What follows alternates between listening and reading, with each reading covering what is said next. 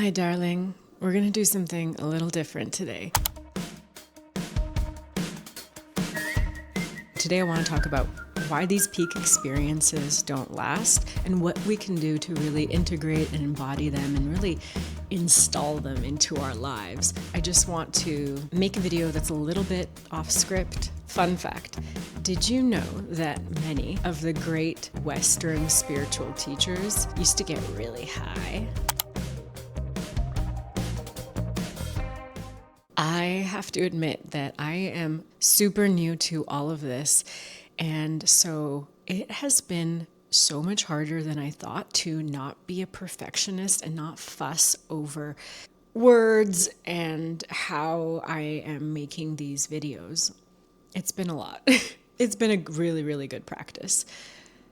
What I want to do today is I just want to talk with a little bit less preparation and a little bit less rigidity.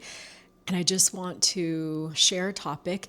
I think it's a really good one, and it's completely related to the idea of practice and how we bring the benefits of practice into our life. But yeah, I just want to make a video that's a little bit off script, a little bit informal, and it may not feel very different to you on your side. You let me know. But to me on my side, it feels different because I'm just going to let myself go. Here we go. Fun fact, did you know that many, in my experience, many of the great Western spiritual teachers used to get really high? Like they used to indulge in substances, psychedelics, etc., to achieve these altered states of consciousness. No judgment at all. But it's really interesting to note that these are a lot of the spiritual teachers, and I don't really feel like naming names today, but you probably know who they are, or you can easily find out on the internet who they are. But what's really interesting is that these are teachers who grew up in the 60s, the summer of love, a lot of these revolutionary times, and they had these peak experiences with the help of these substances. What's really interesting is a lot of these peak experiences, these altered states of consciousness, have opened them up to seeing things in a different way, widening their sense of self, touching into these higher, bigger, universal truths like interconnectedness and oneness, truth and beauty, love and compassion, etc. And yet the thing is, the ones whose stories I know about have come back to a practice like meditation, mindfulness, or some sort of practice like that to stay connected with those glimpses. Because here's the thing, the peak experience wasn't enough. What they saw, what they glimpsed did not stick. And I have a feeling there's a lot of you out there who have had peak experience, whether it's through substances or through other natural ways, because you can have peak experiences of bliss, interconnectedness, oneness, love, understanding the non-dual nature of existence. You can have a lot of these glimpses spontaneously in moments of nature, in moments of great beauty, when there is a new life that arrives, when there is death, even moments of deep connection and love with another being can really open us up to these glimpses, these insights, these truths. But for most of us, they don't stick. It is a glimpse, and we sort of go right back into operating and seeing and being in the world in our default old ways. So today I want to talk about why these peak experiences don't last, why some of these great insights that we have aren't easily integrated, and what we can do to really integrate and embody them and really install them into our lives so that we enjoy the benefits that they bring. And at the end of the video, I'll offer a real life exercise or practice that we can do today, right now, to really implement this into our lives. So let's get started. Okay, let me set the scene. It's summer, here where I am at the time of filming. Summertime, it's just a time of easy living, right? A lot of us move a little bit slower, even if we're quite busy with summer activities. The warmth in the air, and the fact that my body feels warmer really helps to slow me down. And when my body moves more slowly, my thoughts move more slowly, my mind is more at ease, and there's a sense of moving through life with a little bit more ease. Life is just easier in the summer. We might have more pleasurable experiences, more moments of enjoyment. And that in itself can be a peak experience. Enjoyment, connection with others, enjoying the world around us. Life might feel a little brighter, a little better. Already that's something that may be slippery and elusive, that may not last all year round. Another example may be, I have a lot of friends in the festival scene here. There may be events that you go to, experiences that you have, and yes, substances that can assist you in having some of these heightened peak experiences, some of these altered states of consciousness. Hopefully they are good experiences that can really open us up to feeling a sense of beauty in the world, appreciating art, feeling connected with others, really being in a space of wonder and awe, maybe love, maybe glimpsing a greater understanding of oneness and interbeing, whatever it is for you. Will I talk about my own personal experiences? Maybe one day. So we talked a little bit about what these peak experiences are. A lot of times they are these really intense glimpses at what we aim to orient toward in our personal practice. So again, at the very basic level, not so basic, but a sense of relaxation, a sense of peace, a sense of being deeply present and awake for this life. Qualities like clarity, creativity, warmth, again, wonder, awe, and maybe a deeper understanding about the true reality of existence. As if you've been able to really zoom out, disentangle from this small sense of self, this mind, and really float into seeing the grand design of things, the interplay of all things, the beauty of what on one level seems super chaotic and maybe ugly, and then maybe floating above that, transcending to see the design and the beauty and everything. And this can bring a great sense of peace and freedom, and maybe what we can call bliss, okay? So why don't these last? Why don't we have these aha moments? Why don't we have these glimpses? And why doesn't it just become something that we understand or know? Well, the thing is, even if we have that peek into that bigger picture, we still live here. Even if we have that glimpse into what I'll call for now non-duality, or kind of like the oneness and the interconnectedness of all things, we still live here in the physical realm where there is this sense of duality, or the sense that we are separate beings, not all one, and that, we sort of have these bodies that have needs, and we need to go about the business of living and taking care of these bodies and lives that we're running. And because we still are these biological beings, if you haven't fully transcended that, assuming you haven't if you're watching this, we still do need to have one foot here so that we can function and take care of the body and take care of others if we have others to take care of. So we still do need to function on this level of everyday life. We are humans, we have bodies, our bodies have needs, and we can't get away from that. So as we are operating our lives through this body, we're constantly reminded of that. And even if we could still take care of daily life and take care of the body and still have some better balance of the insights that these peak experiences give us, most of us live in a society that is designed to reinforce the very ideas of separation, and that we need to be doing and need to be chasing and need to be consuming and purchasing and all those things. So if you live in the modern world, you're constantly bombarded with messaging that is actually not in alignment with oneness and peace and love and ease and being content with what you have. Quite the opposite. We are actually constantly being trained to believe that what we have and what we are is not enough. Okay, so how do we integrate? How do we bring it all together? How do we balance both? So insights and the truths that peak experiences give us are all on one side. And the other side, we place all of the truths or the understandings or the realities of daily life on the other side.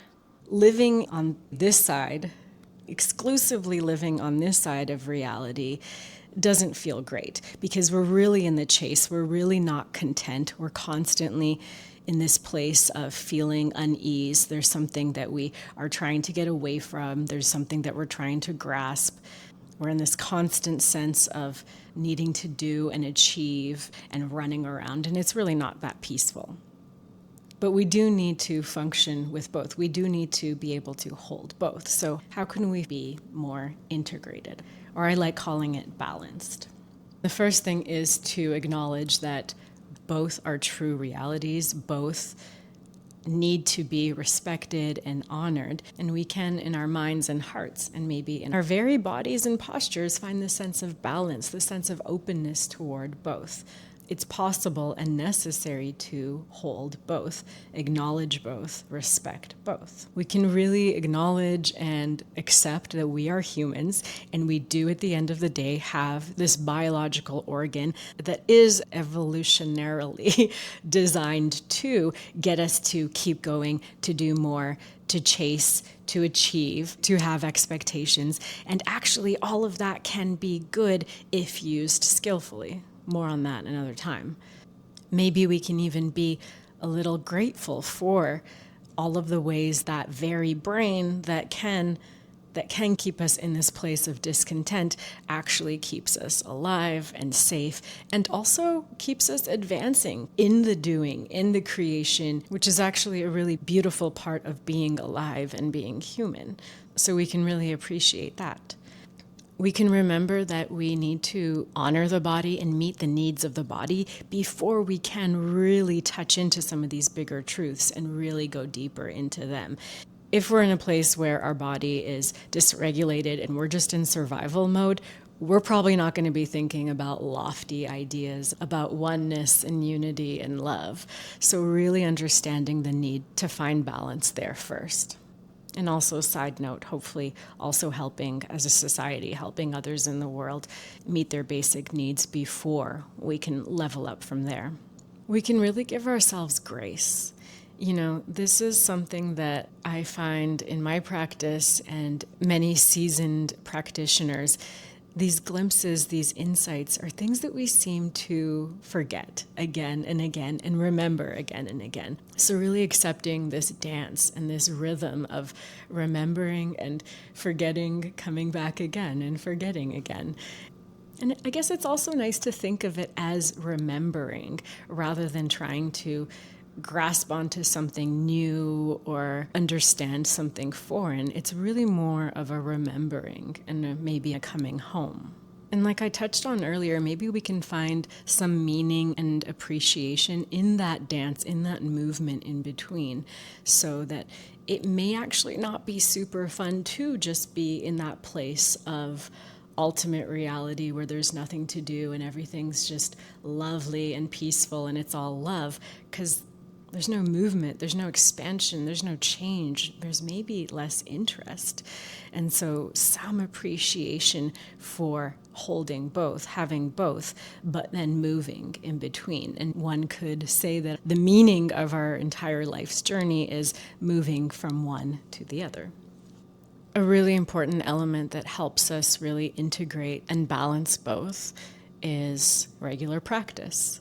Every meditation teacher loves to say it, but consistent, regular practice, having some ritual to bring you back again and again for that remembering again and again. And of course, this is why I'm so passionate about personal practice and helping you streamline and create a simple, personalized practice that works for you, because we really, really need it.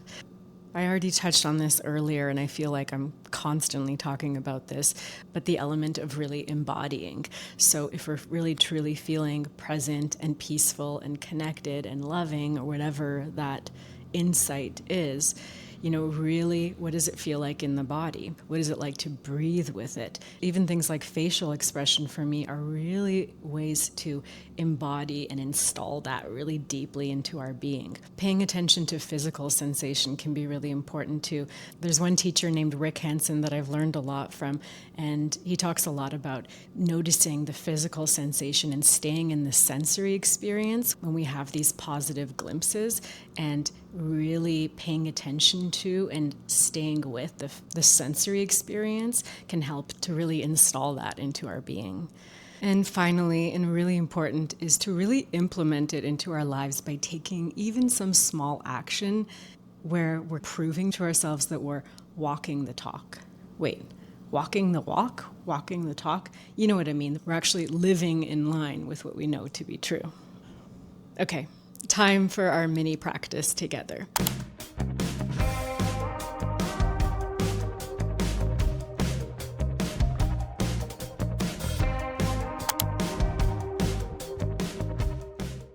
So we might do a couple of little ones. I'll use a personal example of something that I always need to work on, is this insight that things can feel easy and things can flow, and I can trust in the great unfolding of things. And when I try to control things, it actually brings more harm than well-being. So how I might really embody this is in my posture during the day, whatever it is that I'm doing, even if it's making a cup of tea, I can see if I can do that with more ease. I tend to get really tight and rigid and controlling, even in small tasks. So if I can still do that same action, still do that same task, but do it in a way that feels softer and a little bit more easy, and that might mean physically, actually, with my posture, softening the shoulders, being lifted and kind of being relaxed in the body, a facial expression that really reflects my inner knowing and that quality that I want to embody. I might move more slowly. And it's a really, really wonderful way to move through the world and move through daily tasks. And of course, we can't forget the breath. So how would I breathe if I felt full trust and ease and a sense of letting go of control through my day? How would I breathe? How would I walk? How would I hold my body? If the insight that you want to embody is joy and playfulness, in the sense that everything can be playful and light and joyful, then you can do the same thing with bringing, even into a small task, bringing that sense of playfulness and lightness and joy. Again, breath, posture, facial expression, movement, and really seeing what happens there. And one last example that I'll give, and this is something that during peak experiences or glimpses into these ultimate truths, a lot of us feel this sense of connectedness, a sense of great compassion, a sense of oneness with all of life and all beings. And yet, in regular life, it can be really, really hard to not just be obsessed with our own individual and separate lives. So when we see another being, especially if we see a person who is a little bit more difficult to love, we can really try to open our hearts, and in that moment, remember that insight that we had, that everyone deserves love and that we're all deeply connected, and we can just do one small act of kindness and extend a kind word, a small act of service or help. And in a way, we're proving to ourselves that we can take something from the intellectual understanding and really bring it into our bodies and into our lives. I really feel like little acts like that can make a big difference. You take this insight that maybe you had in a peak experience or on your meditation cushion or in your personal practice, and you expand that into the rest of your life. I mean, isn't that what it's really about? I would really love to know about your personal experiences and the ways that you've been able to integrate and install these insights into your own life. I hope you always remember to be kind to yourself when you do inevitably get caught up and forget. I like to think of the path as a lot more of a spiral than a straight line. So there is this sense of forgetting and coming back, drifting and returning, forgetting, remembering again and again. And really, that's the only way that I know that this works. Maybe there's a beauty in that too. Thank you for being here. If you like this kind of video, please let me know and do all the things to stay connected and do all the things that YouTube needs to know that you like this video and you want more of this. It's really good to be here with you. I love you already. Okay, bye.